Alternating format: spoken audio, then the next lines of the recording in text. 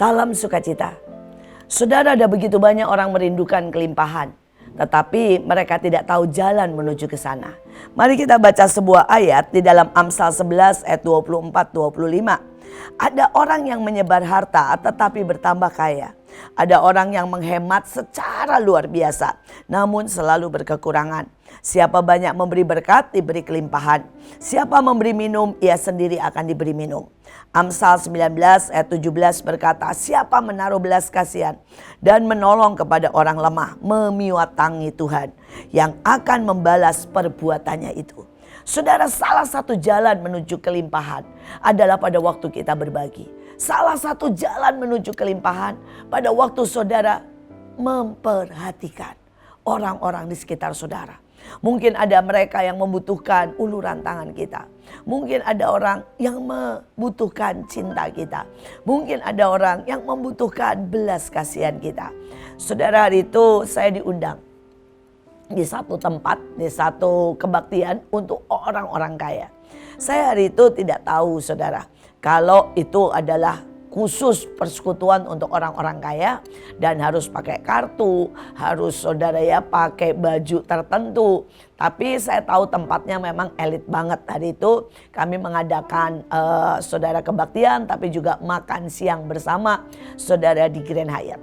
Dan pada waktu saya datang ada seorang ibu yang pakai daster, saudara. Saudara pakai tas kresek. Dan ibu ini berkata, saya dapat undangan. Orangnya bilang, oke, undangannya mana? Dan ternyata dia bilang ketinggalan.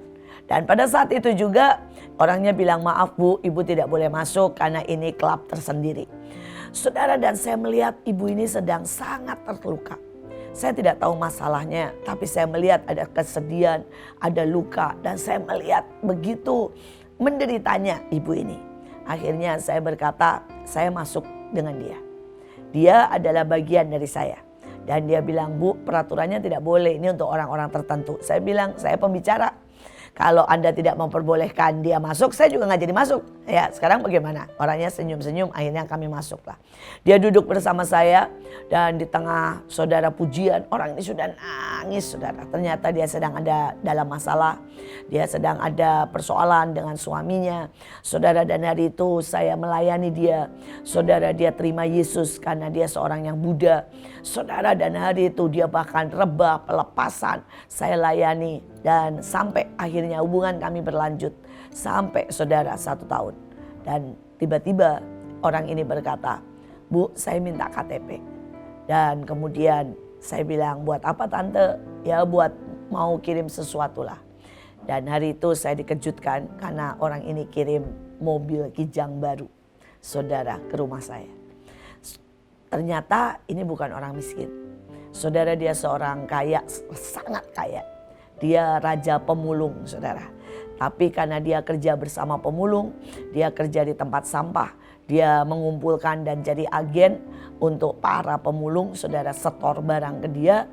Dia selalu tidak sempat pakai baju bagus, dia selalu pakai daster karena tidak punya waktu untuk mengurusi banyak hal. Saudara, dan dia kemana-mana pakai tas kresek.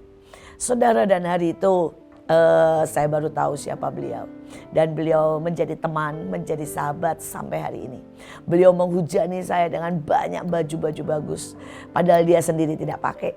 Saudara, dan dia membelikan anak-anak mainan. Saudara, dan selalu dia berkata, pada waktu saya tidak berpenampilan dan tidak ada yang tahu. Kalau saya seorang kaya, cuma kamu yang terima. Kalau sekarang banyak orang yang tahu. Setiap kali saya ganti baju, orang akan bersikap berbeda. Tetapi pada saat saya sedang pakai baju dinas, artinya baju dasternya dan bersama-sama pemulung yang bau itu, tidak ada satu orang pun yang memperhatikan. Saudara, ini cuma sebuah contoh. Tetapi berapa banyak, saudara, kita itu tidak punya mata. Kita tidak punya hati yang besar. Kita tidak cukup tangan untuk menjamah mereka yang membutuhkan. Saudara, saya mau berkata, setiap kali kita memberi, setiap kali kita menolong, setiap kali kita melihat seseorang yang berduka dan engkau ada di situ, mungkin orang itu tidak bisa membalas seperti tante ini.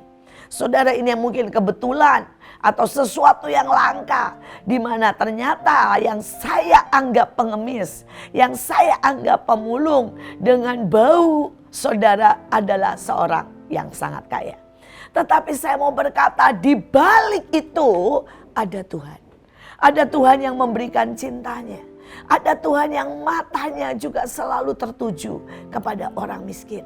Ada hati Tuhan yang selalu berdetak kepada jutaan orang yang menderita. Saudara, ayatnya berkata, apa yang kau lakukan untuk orang yang paling hina, engkau melakukan juga untuk Tuhan. Saudara, ayat tadi berkata, siapa menaruh belas kasihan dan menolong orang lemah, memiutangi Tuhan, dan Tuhan pasti membalas. Saudara, ayatnya berkata, siapa memberi berkat, diberi kelimpahan. Sekali lagi, kelimpahan bukan cuma soal uang. Tapi pada waktu kita memberi kasih, maka sebenarnya hidup kita akan penuh dilimpahi dengan kasih. Pada waktu kita memberi doa, maka hidup kita dipenuhi dengan kelimpahan dalam doa. Saudara, saya baru kehilangan kekasih suami saya yang tercinta.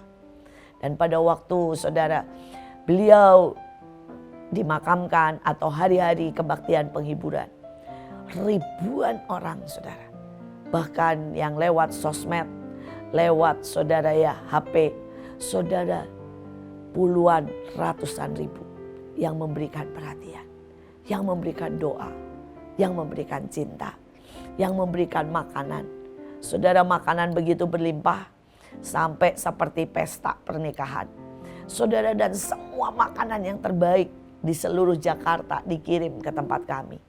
Saya berkata, Tuhan, betapa indahnya kalau kita hidup untuk orang lain dan untuk Tuhan. Karena pada saatnya kita menerima begitu banyak, beratus, beribu kali. Saudara, kelimpahan adalah pada saat hati kita penuh dengan sukacita.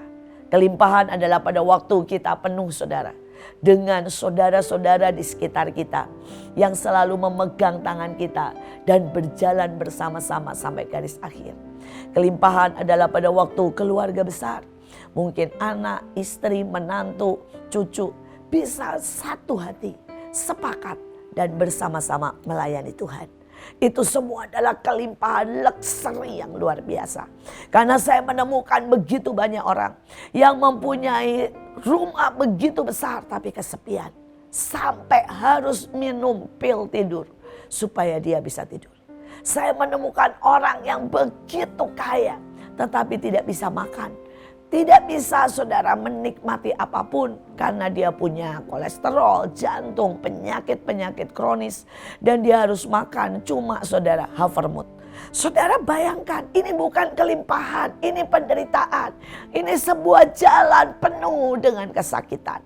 Tetapi saya bersyukur saya punya sebuah jalan penuh dengan kelimpahan. Kelimpahan cinta, kelimpahan kebahagiaan, kelimpahan teman, kelimpahan saudara.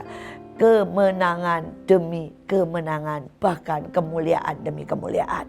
Apa jalan menuju ke sana? Sekali lagi, biarlah kita punya mata yang memperhatikan orang miskin. Biarlah kita punya tangan yang selalu menolong mereka yang membutuhkan. Biar kita punya hati yang mengangkat begitu banyak anak, saudara, kakak, adik, teman. Sehingga kita bisa bersama-sama memenuhi hati kita ini dengan sejuta cinta, sejuta pengharapan, sejuta kasih. Dan itulah kelimpahan. Saya berdoa supaya kita semakin hari semakin tahu artinya kelimpahan. Jangan pernah hidup buat dirimu sendiri. Jangan pernah hidup hanya untuk mengumpulkan uang. Jangan pernah hidup hanya untuk kepentingan sesaat. Tapi mari hidup buat Tuhan. Mari hidup buat pelayanan. Mari hidup buat destinimu. Mari hidup buat banyak orang yang membutuhkan. Itulah jalan menuju kelimpahan. Tuhan Yesus memberkati.